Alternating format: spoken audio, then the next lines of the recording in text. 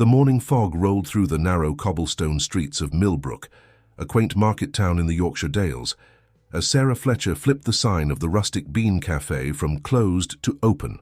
The brass bell above the door chimed cheerfully, its familiar ring echoing through the empty cafe. It was 6:30 a.m., and the aroma of freshly ground coffee beans and warm pastries already filled the air. Sarah, a woman in her mid-30s with auburn hair tied back in a practical ponytail, had been working at the Rustic Bean for the past 5 years. It wasn't her dream job, but it helped pay the bills while she took evening classes at the local community college. The cafe, with its worn wooden floors and mismatched vintage furniture, had become something of a second home to her and a gathering place for the town's residents. The morning rush would begin soon. The usual parade of familiar faces would stream through the door. Mr. Thompson, the retired schoolteacher who always ordered a black coffee and today's newspaper, Mrs. Henderson from the flower shop next door, who preferred her tea with just a splash of milk, and the group of office workers from the insurance company down the street, their orders memorized by heart. But this morning would be different. As Sarah wiped down the counter for the third time, a nervous habit she'd developed over the years, she noticed a figure through the foggy window. A boy no more than 14 or 15 stood outside, his face pressed against the glass, studying the menu board. His clothes were visibly worn, his dark hair unkempt, and a small backpack hung loosely from one shoulder. Sarah's initial reaction was one of apprehension. Millbrook rarely saw strangers, let alone ones who looked so displaced. The town's residents prided themselves on knowing everyone and everything about each other, sometimes to a fault. This boy was clearly an outsider, and in a place like Millbrook, that automatically raised eyebrows. The bell chimed again as the door creaked open. The boy entered hesitantly, his eyes darting around the empty cafe before settling on the display case filled with pastries and ice cream.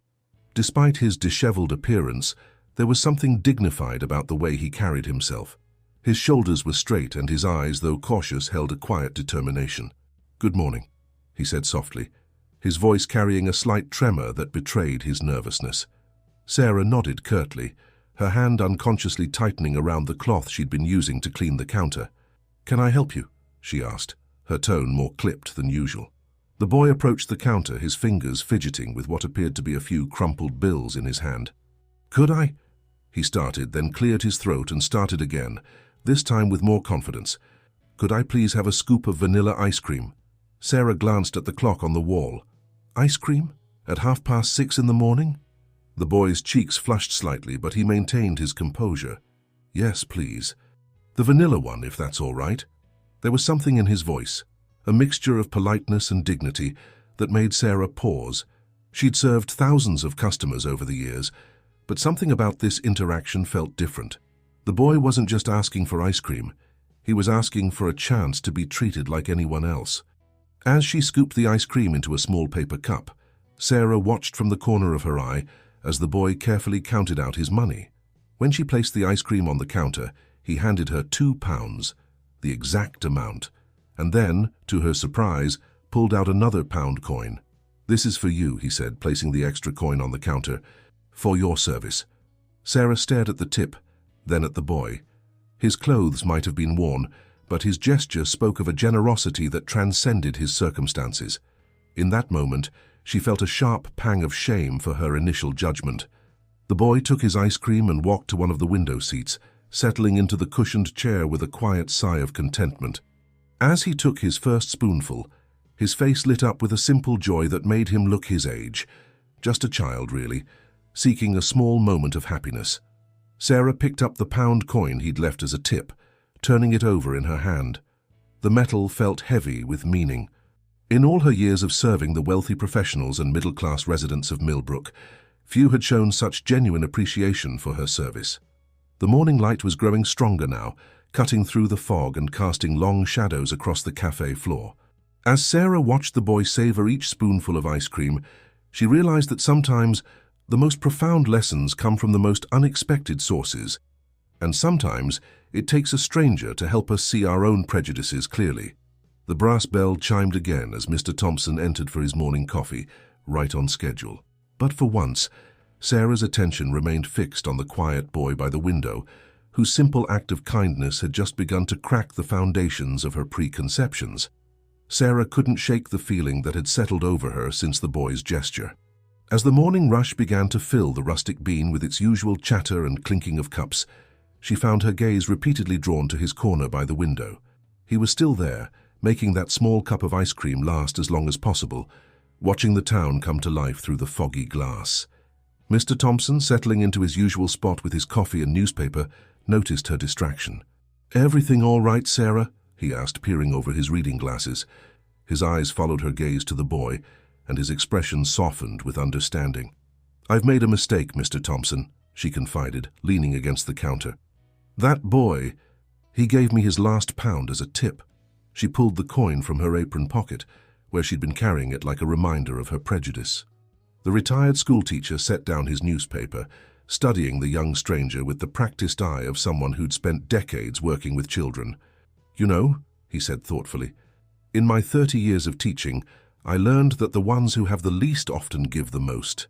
Sarah made a decision then. Grabbing a warm croissant and a hot chocolate from the counter, she walked over to the boy's table. His body tensed slightly as she approached, but he maintained his dignified posture. "I'm Sarah," she said, placing the items before him, "and I believe this belongs to you." She set the pound coin next to the hot chocolate. "The croissant and drink are on the house." The boy looked up, surprise flickering across his face. "I'm Oliver," he replied softly. "But you don't have to." "I want to," Sarah interrupted gently. "And I'd like to apologize for how I treated you earlier. I judged you without knowing you, and that wasn't fair." Oliver's green eyes, which seemed too old for his young face, studied her carefully. "It happens a lot," he said with a small shrug, but there was no bitterness in his voice. "People see the clothes, the backpack. They make assumptions. Would you mind some company?" Sarah asked, gesturing to the empty chair across from him. The morning rush had subsided, and Jenny, the other waitress, had arrived for her shift. Oliver hesitated for a moment before nodding. As Sarah sat down, she noticed how he carefully broke the croissant in half, offering her a portion. The simple gesture nearly brought tears to her eyes. "You're not from Millbrook, are you?" she asked, accepting the offered pastry despite her professional instincts telling her she shouldn't. "No," Oliver replied, wrapping his hands around the warm cup of hot chocolate. "I've been traveling. Following the work, you could say. There's a farm just outside town that needs help with the harvest." Sarah knew the place he meant, Henderson's farm, where old Jack Henderson still insisted on doing things the traditional way, hiring seasonal workers rather than using modern machinery. "That's quite a responsibility for someone your age," she observed carefully. A shadow passed over Oliver's face. "Age is just a number," he said quietly. "Sometimes life makes you grow up faster than you'd like." The cafe had grown quieter, the morning rush giving way to the peaceful lull of mid-morning. Through the window, they could see Mrs. Henderson arranging flowers in her shop window across the street, her movements deliberate and artistic. "Where are you staying?" Sarah asked, trying to keep her tone casual despite her growing concern. Oliver's slight pause told her everything she needed to know. "I haven't quite figured that out yet," he admitted. "But don't worry about me. I've managed before." Sarah glanced at Mr. Thompson, who had been pretending to read his newspaper while obviously listening to their conversation. He gave her a slight nod, the kind of encouragement that comes from years of watching young lives being shaped by small moments of kindness. "You know," Sarah said, turning back to Oliver, "we could use some help here at the cafe. Nothing too formal, just cleaning tables, helping with dishes, that sort of thing. It wouldn't pay much, but—" She hesitated, then pressed on. "My sister runs a boarding house just up the street. She often lets rooms in exchange for help with maintenance. I could talk to her if you're interested." Oliver's hands tightened around his cup, and for a moment, Sarah could see the battle playing out behind his eyes. Pride versus necessity, independence versus the basic human need for connection and stability. "Why would you help me?" he asked finally, his voice barely above a whisper. "You don't know anything about me." Sarah smiled, touching the pound coin that still sat on the table between them. "Sometimes you learn everything you need to know about a person from the smallest of gestures," she replied. "Besides, everyone in this town has a story, Oliver. Maybe it's time for you to become part of ours." The morning sun had finally broken through the fog, sending streams of light through the cafe's windows. As it illuminated Oliver's face, Sarah caught a glimpse of something she hadn't noticed before. A flicker of hope in his eyes, fragile but unmistakably present.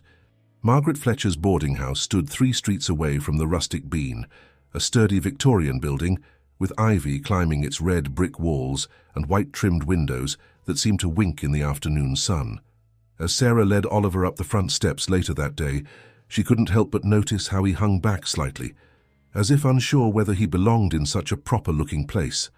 "Maggie's a bit direct," Sarah warned him with a smile, reaching for the brass knocker, "but she's got the biggest heart in Yorkshire, once you get to know her." The door swung open before she could knock, revealing a woman who shared Sarah's auburn hair but little else. Where Sarah was tall and willowy, Margaret was shorter and more robust, with laugh lines around her eyes and flour dusting her apron. "So this is the young man you called about," Margaret said, studying Oliver with keen interest.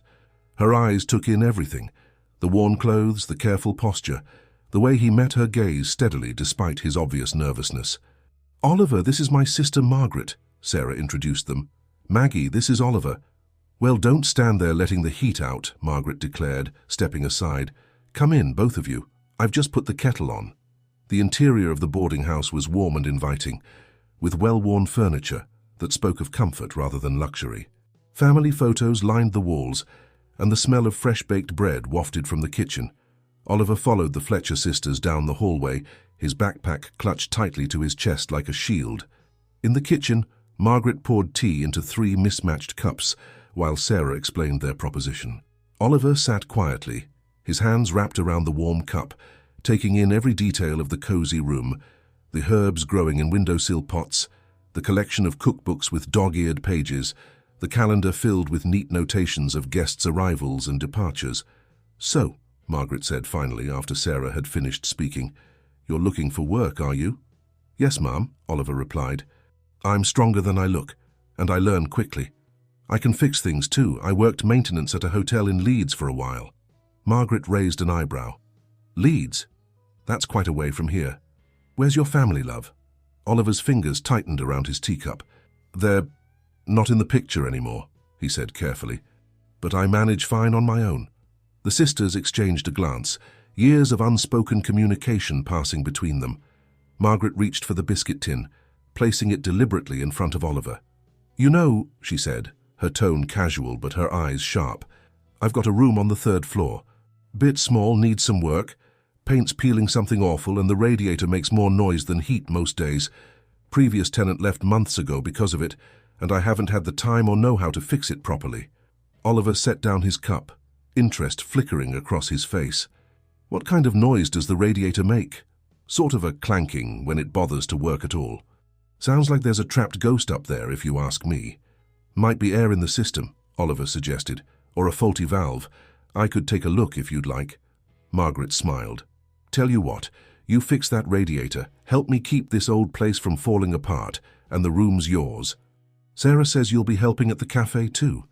Oliver nodded, hope beginning to replace the wariness in his expression. "Right then. 3 days a week at the cafe, 3 days helping here, 1 day rest. Room and board included, plus whatever Sarah pays you at the cafe. That sound fair?" The transformation on Oliver's face was subtle but profound. "Yes, ma'am." "More than fair." "Maggie," she corrected him gently. "Everyone calls me Maggie. Now finish your tea and I'll show you the room. Though, mind you, it's not much to look at yet." As they climbed the stairs to the 3rd floor, Sarah watched her sister chatting easily with Oliver, drawing him out of his shell with questions about his experience with repairs and maintenance. By the time they reached the room, he was explaining something about bleeding radiators and pressure valves, his earlier reticence forgotten in the enthusiasm of discussing something he clearly knew well. The room was indeed small, with sloped ceilings and a dormer window that overlooked the town's rooftops. The wallpaper was faded and peeling in places, the furniture sparse but solid. But the way Oliver looked at it, as if he'd been handed keys to a palace, made Sarah's heart ache. "The bathroom's shared down the hall," Maggie explained. "Mrs. Harrison from number 4 keeps it spotless. You'll meet her at dinner. We eat together, all the boarders, every night at 6 sharp. No exceptions unless you're working." Oliver ran his hand along the windowsill, looking out at the view of Millbrook's church spire in the distance. "I can start on the radiator right away," he offered. I noticed a toolbox in the kitchen. Tomorrow's soon enough, Maggie interrupted firmly. For now you'll wash up and rest. Sarah will bring your work schedule for the cafe, and we'll sort out the details in the morning. As they left Oliver to settle in, Sarah caught her sister's eye. Thank you, Maggie, she whispered. Maggie squeezed her arm. Everyone deserves a chance, love. Besides, she added with a wink, I've really been wanting that radiator fixed. From upstairs came the sound of footsteps, careful, measured steps of someone exploring their first real home in what Sarah suspected had been a very long time. The sisters shared another look, both recognizing that they had just set something significant in motion, though neither could have guessed just how significant it would prove to be. 6 months had passed since Oliver first walked into the rustic bean, and autumn had painted Millbrook in shades of gold and russet. The morning rush at the cafe had just ended, and Sarah watched with quiet satisfaction as Oliver efficiently cleared tables, his movements confident and purposeful. Gone was the hesitant boy from half a year ago. In his place stood a young man who had become an integral part of their small community. He's got a good head for business, that one, Mr. Thompson commented, watching as Oliver helped an elderly customer to her seat before taking her order. Did you know he suggested those loyalty cards? Jenny tells me they've brought in quite a few new regulars from the business park. Sarah nodded, pride warming her chest. The loyalty card system had been Oliver's idea. Buy 9 drinks, get the 10th free. Simple but effective, especially with the personal touch he'd added. A handwritten thank you note with each completed card. There's something special about him, Sarah agreed, remembering how quickly he'd turned the third-floor room at Maggie's into a home. The radiator had been fixed within days, and soon he'd repainted the walls, repaired the loose floorboards, and even built a small bookshelf from reclaimed wood he'd found in the boarding house's cellar. The afternoon lull settled over the cafe, and Oliver approached the counter, running a hand through his now neat hair. Sarah, he said, his voice carrying a hint of nervousness she hadn't heard in months, could we talk for a minute? They settled at the quiet corner table that had become unofficially his since that first morning. Oliver pulled out a worn notebook, another of his habits they'd all grown accustomed to. He was always writing, always planning something. I've been thinking, he started, opening the notebook to a page filled with neat calculations. The space next door, the one that used to be the bakery, it's still empty, right? Sarah nodded. The old bakery had closed down 3 months ago when its owners retired to Cornwall. Mr. Harrison can't find anyone to take the lease, she confirmed. Why? Oliver took a deep breath. I think we could use it for the cafe, I mean, but not just as extra seating, as something more. His fingers traced the calculations on the page. I've been watching how many people come through here, especially during lunch. We're turning people away because we don't have enough space. But it's not just about business. He flipped to another page, this one filled with sketches and notes. I've been talking to some of the other kids who come through town, ones like I was. There's more of them than people realize. They need more than just a meal. They need a chance, like the one you and Maggie gave me. Sarah leaned forward, intrigued. What are you suggesting? A training program, Oliver explained, his eyes lighting up with enthusiasm. We could use the extra space for a proper kitchen, teach cooking skills, business basics. The old bakery's equipment is still there. We could even bring back fresh bread and pastries, and... He hesitated, then pushed forward. I've been saving everything I can from what you pay me. It's not much, but it's a start. Sarah sat back, studying the young man before her. In 6 months he'd not only transformed himself, but had begun thinking about how to help others do the same. Oliver, she said gently, that's your money, your future. He shook his head. My future is here, Sarah, in this town, in this cafe. Everything I am now, everything I could become. It started with a scoop of ice cream and someone willing to look past appearances. He smiled slightly. Besides, I've done the math. With the increased capacity and the bakery addition, we could make it work. I've even drawn up a business plan. Before Sarah could respond, the bell above the door chimed. A teenage girl entered, looking as lost and wary as Oliver had that first morning. She wore a too-thin jacket against the autumn chill, and her eyes darted nervously around the cafe. Oliver stood up immediately, recognition flickering across his face. "Emma?" he called softly. "Emma Carter?" The girl's head snapped up, relief washing over her features. "Oliver? They said in Leeds you'd come this way, but—" Sarah watched as Oliver quickly crossed to the door, speaking quietly to the girl. She caught fragments of their conversation, mentions of the youth centre in Leeds where Oliver had apparently spent some time, of mutual acquaintances, of difficult choices and hard journeys. Minutes later, Oliver was back at the counter. "Sarah," he said, his voice firm with purpose, "could we make that hot chocolate too?" "And maybe." He glanced at the pastry case, then back at the girl who now sat huddled in his usual corner seat. "On the house," Sarah finished for him, already reaching for the cups. She watched as Oliver carried the drinks and pastries to the table, saw how the girl's tense shoulders gradually relaxed as they talked. In that moment, Sarah understood. This wasn't just about business expansion, or even about helping others. This was about creating a chain of kindness, linking one moment of compassion to the next, until it formed something larger than any of them. The afternoon sun slanted through the windows, casting long shadows across Oliver's notebook, with its careful plans and hopeful calculations. Sarah picked it up, studying the detailed drawings and precise figures. In the margins, he'd written a single phrase: "Everyone deserves a chance at tomorrow." She looked up at Oliver, still deep in conversation with Emma, and made a decision. It was time for the Rustic Bean to grow into something more than just a cafe. It was time to nurture the seeds of change that had been planted 6 months ago with a simple scoop of ice cream. The community meeting hall was packed on a chilly October evening, with what seemed like half of Millbrook squeezed into the space. Sarah sat in the front row beside Maggie, watching as Oliver stood at the podium, his hands steady as he arranged his notes.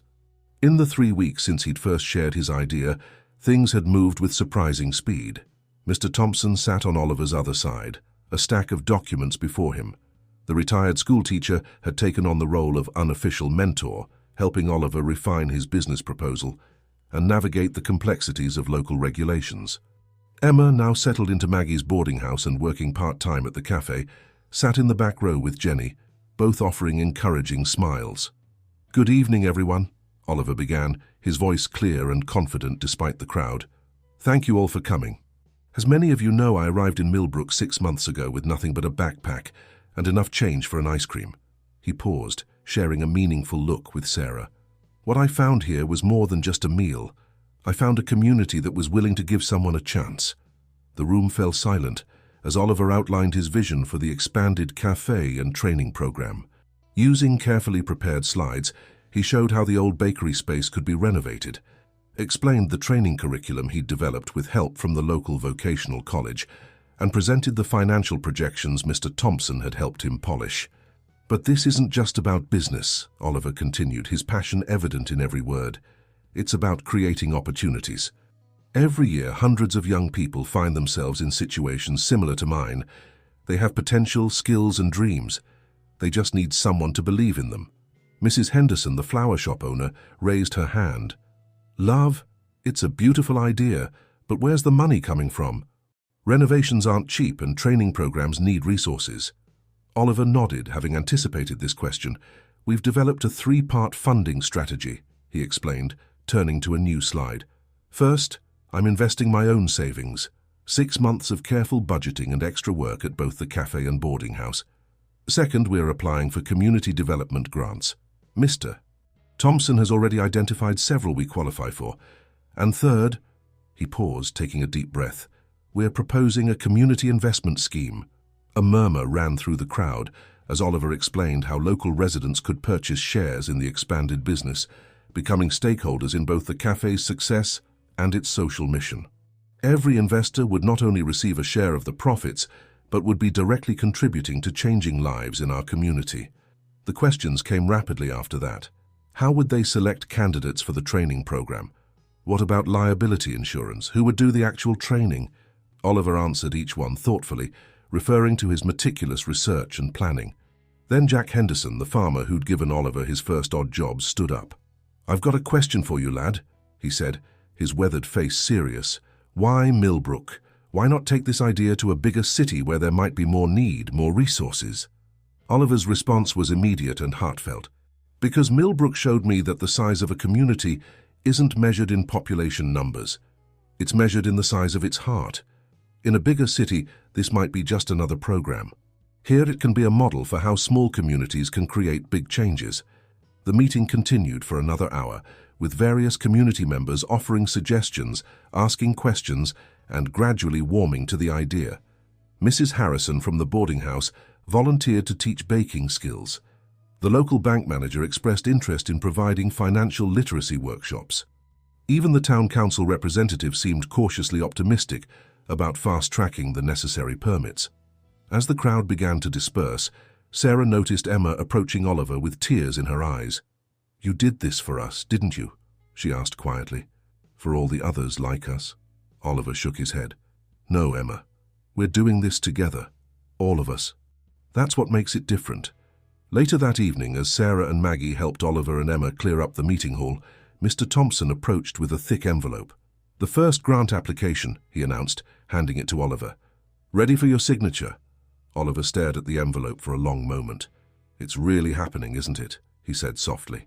Sarah squeezed his shoulder. "Did you doubt it would?" "Sometimes," he admitted. "In Leeds, before coming here, I had this dream of making something better, something that could help others. But it always seemed impossible until a scoop of ice cream?" Maggie finished with a smile. "Until people believed in me," Oliver corrected, looking around at the small group who had become his family. "That's what we're really offering, isn't it? Not just training or jobs, but belief in possibilities."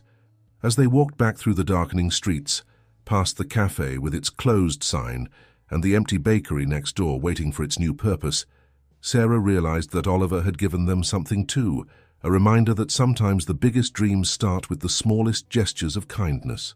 The renovation work on the old bakery began on a crisp November morning. Oliver stood in the dusty space, surrounded by blueprints and construction materials, the sound of workers beginning to remove the old fixtures echoing through the empty room. The past week had been a whirlwind of activity, permits approved, initial funding secured, and community investments steadily rolling in. "And we found something you might want to see," called Tom, one of the local contractors, who'd offered his services at a discount. He was crouched near the back wall where they'd removed some old shelving. "Looks like a time capsule of sorts." Oliver made his way over, careful to avoid the debris scattered across the floor. Behind the removed shelving was a small metal box, its surface dulled with age. With careful hands he pulled it out and brushed away decades of dust. "That's Dorothy Williams' box," said Mrs. Henderson, who had stopped by with fresh tea for the workers. "She owned this place before the last owners. Always said she'd come back for it, but never did." Inside the box were photographs of the bakery from the 1960s, recipes written in faded ink, and a letter addressed to "Whoever finds this." Oliver read it aloud, his voice echoing in the half-empty space. "Dear future baker, this shop was more than just a business to me, it was a sanctuary. When I started here in 1962, people said a woman couldn't run her own business, but this community proved them wrong. They supported me, believed in me, helped me succeed. If you're reading this, I hope you'll carry on that spirit of community and possibility. Warmly, Dorothy Williams." Sarah, who had been organizing supplies in the corner, watched as Oliver carefully folded the letter. "Seems like this place was always meant to be about second chances," she said softly. Oliver nodded, lost in thought. "It reminds me of the youth center in Leeds," he said quietly, mentioning his past for the first time in months. "Mrs. Carter, Emma's mum, ran it. She was the first person who really saw me after everything happened." Sarah set down the box she was holding, giving Oliver her full attention. They'd never pressed him about his past, respecting his privacy, but she'd always sensed there was more to his story. "I was 12 when my parents separated," he continued, running his fingers along Dorothy's letter. "Dad left and Mum, she struggled. Started taking these pills the doctor prescribed for anxiety. Then more pills, different pills. She tried her best, but eventually she couldn't take care of herself, let alone me. Social services got involved, but I couldn't bear the thought of foster care, of being sent away from everything I knew. So I left." He moved to the window, looking out at the busy street where Emma was helping Maggie unload supplies from her car. "I was on the streets for a while before I found the youth center. Mrs. Carter gave me odd jobs, made sure I had at least one meal a day. She tried to convince me to let her help properly, to go through the system, but I was too scared. Too proud, maybe." When the centre lost its funding and had to close, I started moving from town to town, picking up work where I could. Sarah reached out, squeezing his shoulder. And Emma? How does she fit into all this? Mrs. Carter had health problems, heart issues. When she couldn't work anymore, there was no one to take care of Emma. She ended up doing what I did, running away rather than facing the system. She remembered me talking about the work I'd found in different towns, so she followed my trail. I never expected her to actually find me.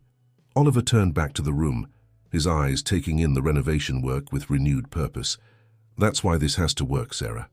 Not just for Emma and me, but for all the others out there who just need someone to believe in them. The sound of laughter drifted in from outside as Emma helped Jenny carry in boxes of new coffee cups, the two girls chatting easily, as if they'd known each other forever. In just a few weeks, Emma had blossomed under the care of the community, just as Oliver had before her. "Oliver," Sarah said carefully, "have you thought about contacting your mum, letting her know you're okay?" He was quiet for a long moment. "I've thought about it. A lot, actually. Mr. Thompson helped me look her up. She's in a recovery program in Manchester, doing better from what we could find out. I wrote her a letter last week, but I haven't sent it yet." Before Sarah could respond, Tom called out from the back of the shop, "Oliver." As Oliver moved to help, Sarah watched him navigate the space with confidence, discussing technical details with the workers, his earlier vulnerability replaced by capable determination. She thought about Dorothy Williams' letter and the legacy of hope it represented. Sometimes the most important foundations weren't the physical ones being laid in concrete and steel, but the emotional ones built through understanding and second chances. The renovation work continued around them, the sound of progress filling the air. Through the connecting door that would soon link the old bakery to the rustic bean, Sarah could see Mr. Thompson setting up a small office space where he would help train their future students in business basics. On the wall, Oliver had already hung a simple frame. Inside it, carefully preserved, was the pound coin from that first morning, a reminder of where it all began. 3 months into the renovation project, the rustic bean extension, as it had come to be known, was taking shape. The winter sun streamed through the newly installed skylights, illuminating the space where apprentice bakers would soon learn their trade. The original cafe had remained open throughout the construction, busier than ever with curious locals coming to check on the progress. Oliver stood in the doorway between the old space and the new, reviewing the delivery schedule for the kitchen equipment, when Mr. Thompson approached with an envelope in his hand. The older man's expression was gentle but serious. "This arrived this morning," he said quietly, holding out the envelope, "from Manchester." Oliver's hands trembled slightly as he recognized the return address. His mother had responded to his letter. He tucked it into his pocket, not ready to read it just yet. "Thank you," he managed, turning back to his clipboard with forced concentration. "The equipment delivery can wait," Mr. Thompson said kindly. "Some things are more important than schedules." Sarah, who had been pretending not to notice the exchange while wiping down nearby tables, added her own gentle encouragement. "Go on, Oliver. Take some time. Emma and I can handle things here." Finally, Oliver nodded. He made his way up to the small office they'd created in the mezzanine level of the new space, his favorite spot for quiet thinking. Through the window, he could see Millbrook's rooftops dusted with winter frost, the church spire rising above them like a silent guardian. The letter was thick, several pages folded inside the envelope. As Oliver began to read, his mother's familiar handwriting brought back a flood of memories. "My dearest Oliver, your letter found me at exactly the right moment. I've been in recovery for 18 months now, taking each day as it comes, trying to rebuild my life. But there was always this enormous hole in my heart, not knowing where you were, if you were safe, if you could ever forgive me. I want you to know that I understand why you left. I wasn't well and I failed you in so many ways. The guilt of that has been part of my recovery journey, learning to face my mistakes while believing that maybe, someday, I could make amends." A knock at the office door interrupted his reading. It was Emma carrying 2 cups of hot chocolate. "Sarah told me about the letter," she said softly. "Thought you might need this." Oliver managed to smile, gesturing for her to join him. They sat in companionable silence for a moment, Emma respectfully not looking at the letter, while Oliver gathered his thoughts. "She wants to visit," he said finally. Says she's been clean for 18 months, has a steady job at a library. Her counselor thinks reconnecting could be good for both of us. Emma nodded thoughtfully. Are you scared? Terrified, Oliver admitted, but also hopeful. She sounds different in the letter, more like I remember her from before everything went wrong. You know, Emma said, playing with her empty cup, I got a letter from my mum too last week. She's still in hospital, but the doctors say her heart's getting stronger. She asked about you, actually. Said she always knew you'd do something amazing one day. Oliver looked at his friend, seeing the same mix of hope and apprehension in her eyes that he felt in his own heart. Maybe, he said slowly, we could turn one of the training spots into a part-time position. Something your mum could manage while she recovers. She was brilliant at running the youth centre. We could use her experience. Emma's eyes widened. You'd do that? This place is about second chances, isn't it? For everyone who needs one. Their conversation was interrupted by excited voices from below. Sarah was leading a group of potential investors through the space, explaining their vision for the training program. Oliver could see Mrs. Henderson nodding approvingly at the new bakery equipment, while Jack Henderson asked detailed questions about their sustainable sourcing plans for ingredients. We're planning to work with local farmers, Sarah was explaining, creating a farm-to-table program that will teach our trainees about the entire food supply chain. Jack's farm will be our first partner. Oliver watched as the community members who had taken a chance on him now took a chance on his dream, investing not just their money but their faith in the possibility of change. His mother's letter seemed to burn in his pocket. Another chance waiting to be taken. Another bridge waiting to be rebuilt. Later that evening, as the construction crew packed up for the day and the winter sun set early over Millbrook, Oliver sat down to write his response. The words came easier than he expected, flowing from a place of new understanding. Dear Mum, Millbrook would be beautiful in spring, the cafe's garden will be blooming by then, and our first group of trainees will be starting. If you'd like to visit, I think you'd find that this town has a way of helping people believe in fresh starts. Through the window, he could see Sarah closing up the cafe for the night, Emma helping with the last customers. Mr. Thompson was laying out materials for tomorrow's planning meeting, and Maggie had just arrived with what looked like enough dinner for everyone still working late. Oliver turned back to his letter, adding one final thought. Someone once told me that everyone deserves a chance at tomorrow. I'm beginning to understand that sometimes tomorrow needs a little help from yesterday to find its way forward. Spring arrived in Millbrook with a burst of colour, daffodils lining the high street and cherry blossoms dotting the churchyard. The rustic bean extension was nearly complete, its fresh paint gleaming in the April sunshine. In the new bakery section, the first test batches of bread were already filling the air with their warm, inviting aroma. Oliver stood at the train station, shifting his weight from foot to foot, while Sarah waited patiently beside him. The 10:45 from Manchester was due any minute. Everything's ready at the cafe, Sarah said gently, recognizing his nervousness. Jenny and Emma have prepared that special afternoon tea you planned, and Maggie's got the guest room all set up. Oliver nodded, his eyes fixed on the tracks. What if she's disappointed? He asked quietly. What if I'm not what she expected? Oliver, Sarah touched his arm, you've created something extraordinary here. But more than that, you're extraordinary, just as you are. The train's whistle cut through the morning air, and moments later it pulled into the station in a cloud of steam. Oliver straightened his shoulders, watching as passengers began to disembark. And then, there she was. Oliver, she whispered, and in that moment he was struck by how much her voice sounded like his childhood memories. Warm, steady, free from the confusion and fear that had clouded his last years at home. They moved toward each other slowly, neither quite sure how to bridge the physical gap that represented so many years apart. It was Catherine who finally took the last step, reaching out to touch his face with trembling fingers. "You're so tall," she said with a watery laugh, "and your eyes, still just like your grandfather's." Oliver surprised himself by pulling her into a hug. She smelled of lavender and clean cotton, no trace of the medicinal scents he remembered from before. "Welcome to Millbrook, Mum," he managed to say. Sarah stepped forward then, introducing herself warmly. As they walked from the station into town, Catherine took in the picturesque streets with obvious delight, listening as Oliver pointed out local landmarks. The flower shop where Mrs. Henderson was arranging her spring displays, the boarding house where he'd found his first real home in years. "And this," Oliver said finally, stopping in front of the rustic bean, "is where it all started." The cafe was busy with its usual mid-morning crowd. As they entered, Emma looked up from behind the counter, offering a shy smile. She'd been nervous about meeting Catherine, given her connection to Mrs. Carter and the Leeds Youth Centre. "Mrs. Bennett," she said, coming around the counter, "would you like to see our new training kitchen? Oliver designed everything himself."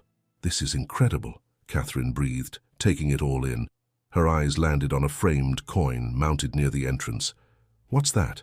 "That's where the story really begins," Sarah explained, sharing a meaningful look with Oliver. A simple act of kindness that started something much bigger. They settled at a quiet table, where Jenny brought out the special afternoon tea, delicate sandwiches, fresh scones, and a selection of pastries that represented the first successful products from their test kitchen. As Oliver explained their plans for the training program, Catherine listened intently, occasionally wiping away tears. "When I read about this in your letters," she said, "I was proud, but seeing you here..." She reached across the table to take his hand. "You've built something beautiful, Oliver. Not just this place, but these relationships, this community." "I had help," Oliver said softly. "Lots of it. I learned that it's okay to let people help you." As the afternoon progressed, more of Oliver's Millbrook family dropped by to meet Catherine. Mr. Thompson brought proposals for their first round of training programs.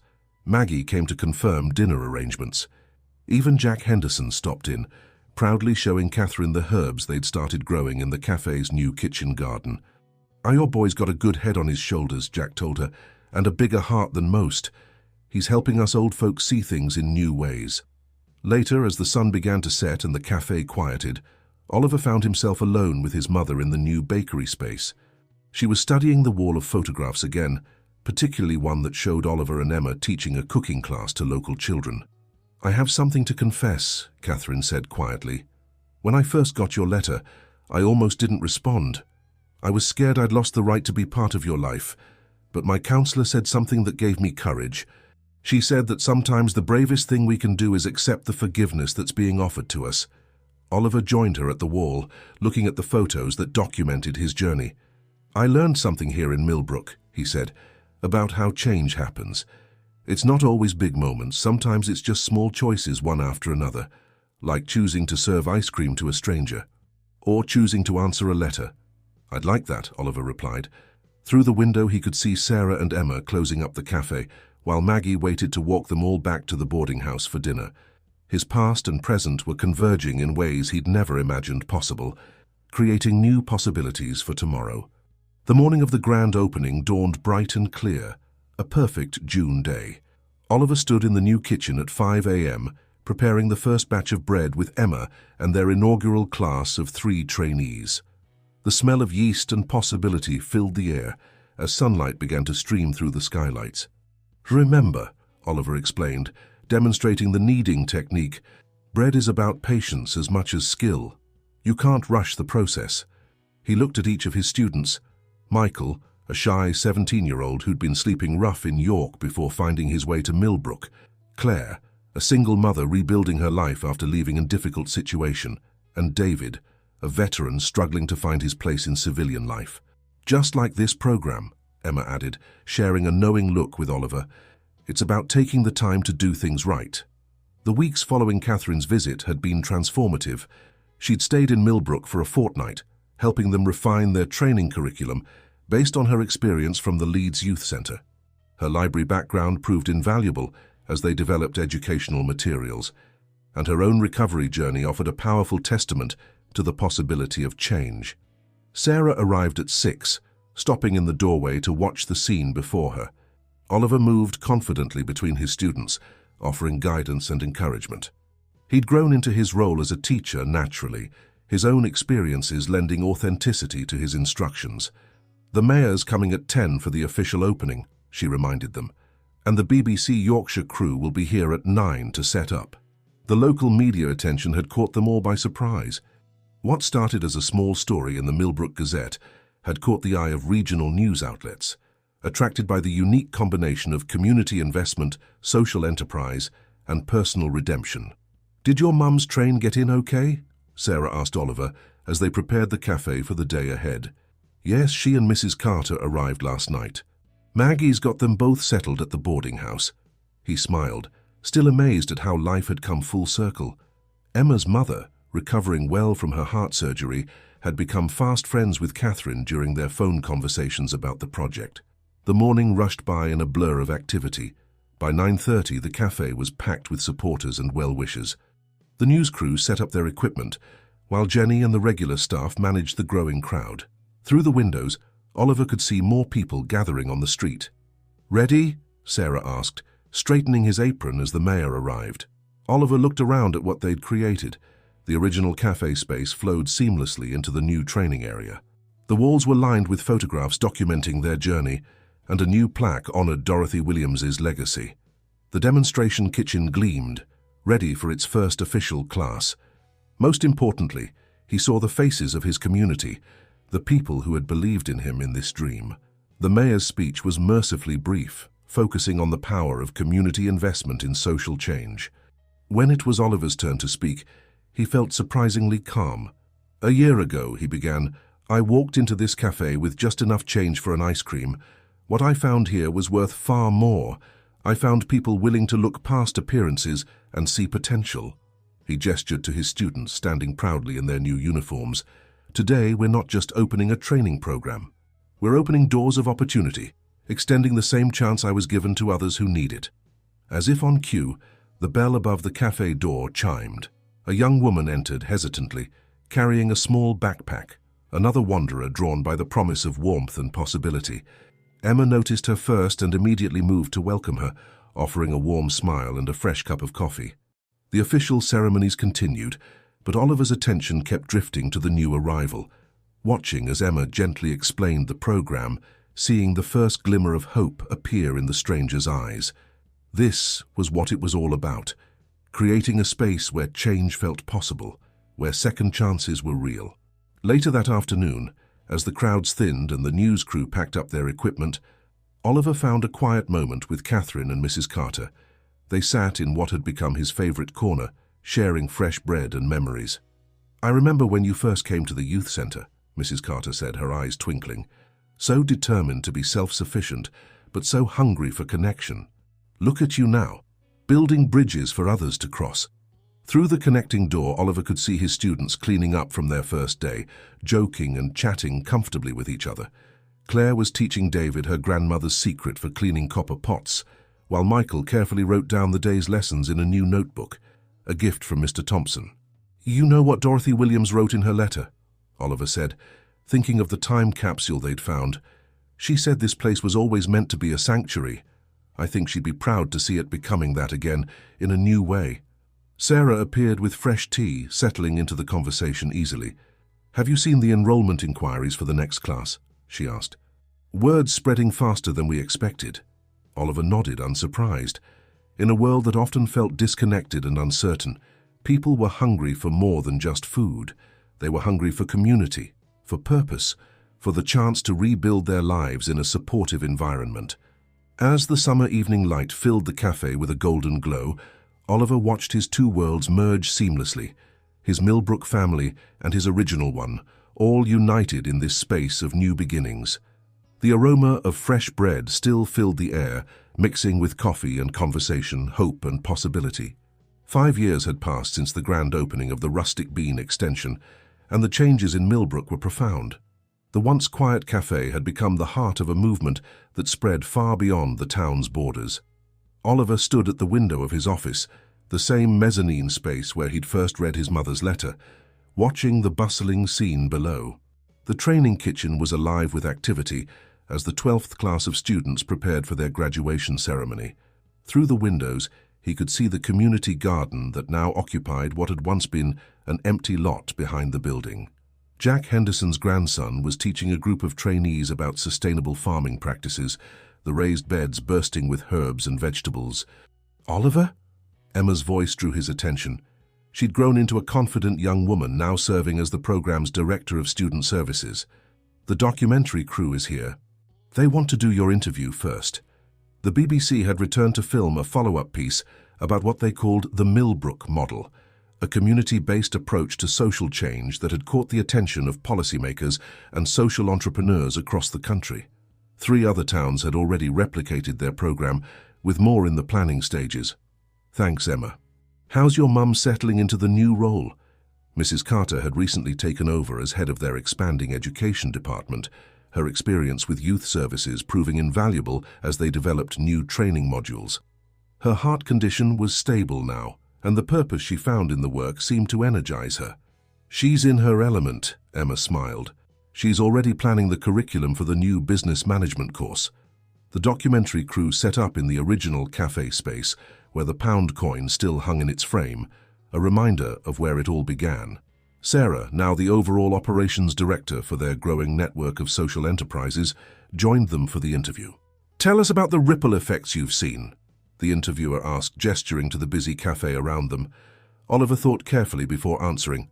It's like dropping a stone in a pond, he said. The initial splash might seem small, but the waves keep spreading. We've trained over 200 people now, but it's not just about job skills. It's about creating a model of community that believes in second chances. And the success rate? 87% of our graduates are either employed or running their own businesses, Sarah provided. But the numbers don't tell the whole story. It's about the connections formed, the lives transformed. As if to illustrate her point, Claire, from their very first class, walked in with a delivery of fresh bread from her own bakery in the next town. She'd started the business with 2 other program graduates, implementing the same training and support model that had helped her. The interview continued, covering the project's growth and future plans. They discussed the new partnerships with local colleges, the expanding network of supportive businesses, and the recently launched scholarship program named in honor of Dorothy Williams. Later that afternoon, Oliver sat in on the graduation preparation class. Michael, also from that first group, was now their head baking instructor. He watched as Michael guided a nervous student through the final practice session for tomorrow's ceremony. Remember, Michael said, echoing words Oliver had spoken years ago, it's about patience as much as skill. You can't rush the process. The day wound down with a special dinner at Maggie's boarding house, now officially renamed Fletcher House, and serving as transitional housing for program participants. The long table was crowded with what Oliver thought of as his extended family, Sarah and Maggie, Mr. Thompson, now semi-retired but still teaching business basics, Catherine, who split her time between her library work in Manchester and helping with the program, Mrs. Carter, Emma, and many others who'd become part of their story. I got another inquiry today, Mr. Thompson announced over dessert. A group from Scotland wanting to learn about setting up their own program. They're particularly interested in the community investment model. Oliver shared a smile with Sarah. The financial structure they'd pioneered, combining community shares, social enterprise principles, and sustainable business practices, had proven remarkably successful. The original investors had received both social and financial returns beyond their expectations, creating a model that challenged traditional notions of business success. Did you ever imagine, Catherine asked softly, that first morning with the ice cream, that it would lead to all this? Oliver looked around the table at the faces of those who'd believed in him, who'd helped turn a simple act of kindness into something transformative. Through the window he could see lights still on in the cafe, where tomorrow's graduates were putting final touches on their presentation pieces. I think, he said carefully, that's the real lesson in all of this. Every moment has potential. Every person has value. Sometimes it just takes one person believing that to start something extraordinary. As the evening continued, plans were discussed for the next phase of expansion, but more than the practical details, the conversations centered on the stories, the individual journeys of transformation that had become part of their collective narrative. Outside, the summer twilight lingered over Millbrook, the town that had taught Oliver, and now so many others, that sometimes the smallest beginnings could lead to the most profound changes. The economic downturn hit Britain hard that autumn, and even Millbrook wasn't immune. As Oliver reviewed the quarterly financials with Sarah and Mr. Thompson, the challenges were clear. Rising costs, reduced government funding for social programs, and increased demand for their services created a perfect storm of pressures.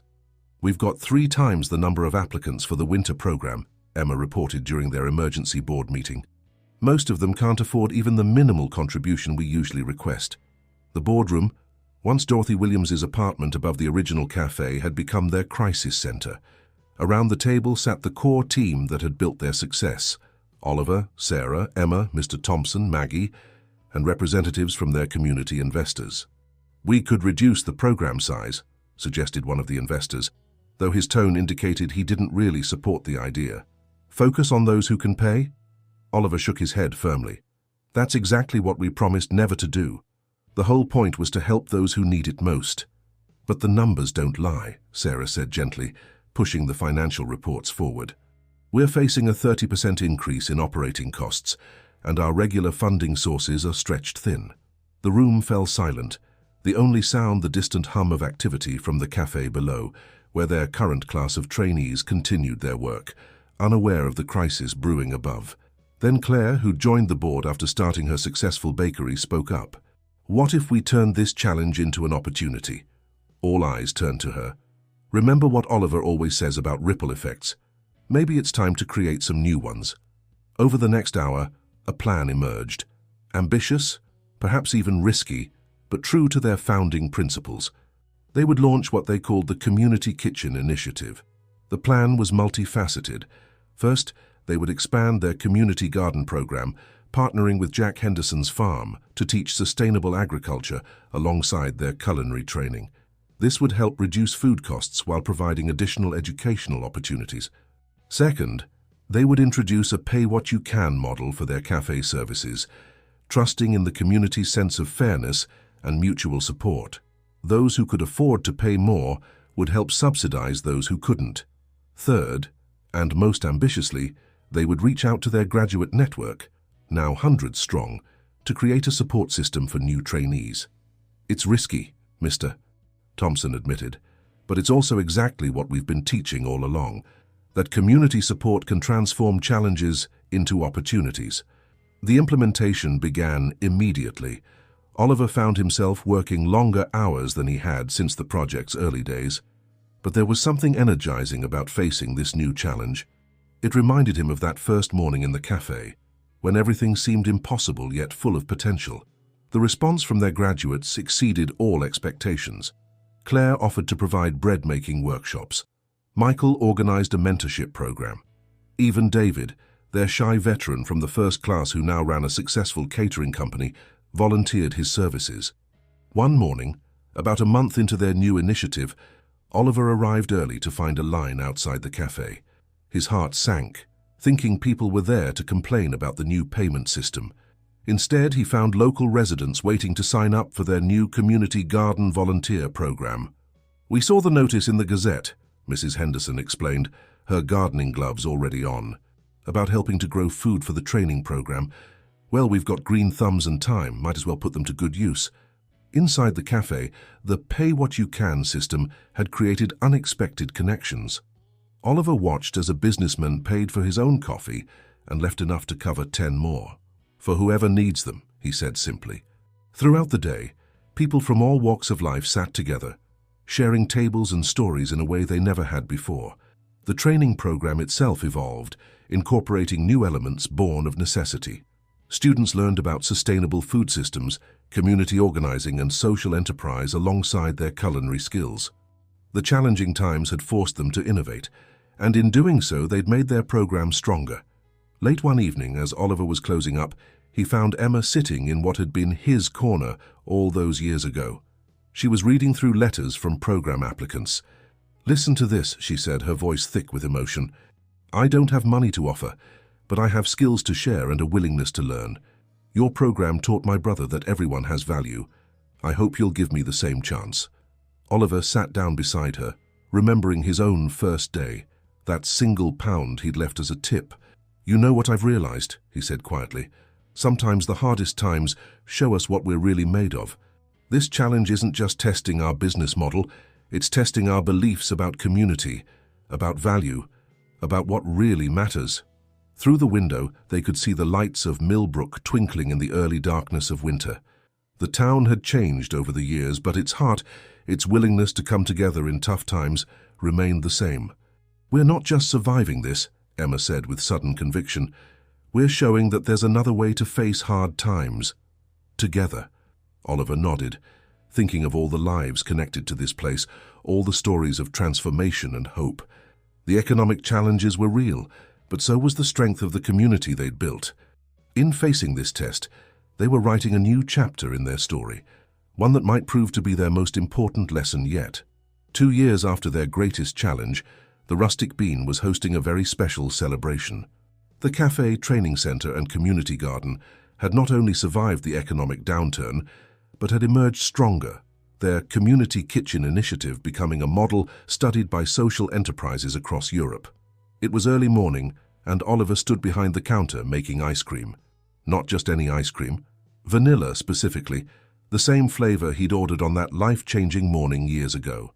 The recipe had been perfected over time, made with vanilla beans grown in their own greenhouse, an unexpected success of their sustainability program, and milk from Jack Henderson's farm.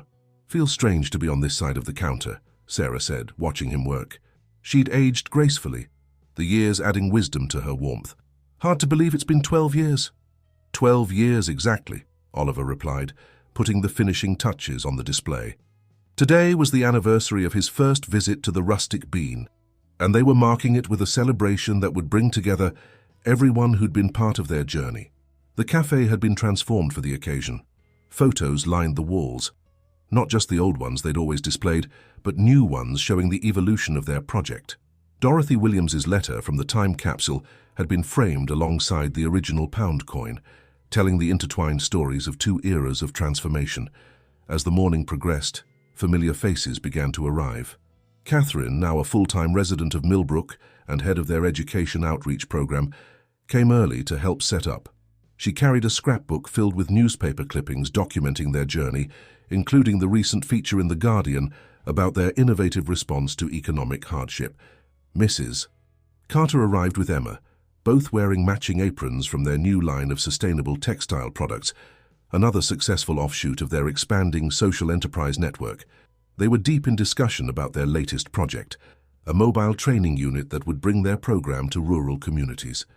The celebration properly began at 6:30 a.m., the exact time Oliver had first entered the cafe. Mr. Thompson, despite his full retirement, had insisted on being there early. He stood proudly beside their newest initiative, a scholarship fund in his name, supporting participants who wanted to pursue additional education. "How you know what this reminds me of?" he said, watching as people filled the space. "That first community meeting when you presented your expansion plan. Everyone thought it was just about a cafe and a training program, but you were building something much bigger, a template for how communities can take care of their own." Oliver looked around at what that template had created. The original cafe space flowed seamlessly into the training center, which now included not just culinary programs but courses in sustainable agriculture, business management, and community organizing. The garden, visible through the windows, had expanded to include a greenhouse and community allotments. But more impressive than the physical changes were the human ones. Claire was teaching a group of new students her award-winning bread techniques. Michael, now a respected chef, was mentoring young apprentices. David had just opened his 3rd catering location, all following their social enterprise model. As the morning went on, more people arrived. Graduates from every class, community investors, local supporters, and even some of the policymakers who'd helped replicate their program in other communities. Each person carried a story of transformation, of lives changed by the ripple effects of that first small act of kindness. At precisely 10:45 a.m., the time Oliver had paid for his ice cream with his last few pounds, he called for everyone's attention. Standing in his old corner by the window, he began to speak. 12 years ago, I walked into this cafe with just enough money for ice cream and a tip. I was running away from my past, trying to find a future I couldn't yet imagine. What I found instead was a community that taught me the most valuable lesson of all, that change isn't just about second chances. It's about creating a space where those chances can grow into something more. He gestured to the packed cafe, to the faces of people who'd become family. Look around. Every person here is part of a chain reaction of kindness. Every success story started with someone believing in possibility. We've proven that when a community comes together, there's no challenge too big, no dream too ambitious. Sarah stepped forward then, carrying a special edition of their training program manual. Its title read, "The Millbrook Model, Building Communities of Hope." Inside were not just recipes and business plans, but stories, hundreds of them, documenting the journeys of lives transformed. "This manual will be shared with communities across the country," she announced. "But the real recipe for success isn't in these pages. It's in this room, in the connections we've built, in the belief that everyone deserves a chance to contribute to their community's story." As the celebration continued, Oliver found himself back behind the counter, serving vanilla ice cream to a young person who'd just arrived, looking uncertain and hopeful, just as he had 12 years ago. The girl counted out her money carefully, then hesitated before leaving a small tip. "Welcome to the Rustic Bean," Oliver said warmly, recognizing himself in her eyes. "You know, every great story has a beginning. Sometimes it starts with something as simple as ice cream." The girl looked up, meeting his gaze, and in that moment, Oliver knew that their story was far from over. It would continue to grow, to evolve, to touch more lives in ways they couldn't yet imagine. Because that was the true magic of what they'd built. Not just a cafe, not just a training program, but a living reminder that when people believe in each other, extraordinary things are possible. The morning sun streamed through the windows, casting long shadows across the cafe floor, just as it had on that first day. But now those shadows fell across a space that had become more than just a business. It had become a beacon of hope, a testament to the power of community, and a reminder that sometimes the smallest gestures can create the biggest changes. In the end, that was the Rustic Bean's greatest lesson. That transformation isn't just about changing one life, it's about creating a space where change becomes possible for everyone who walks through the door.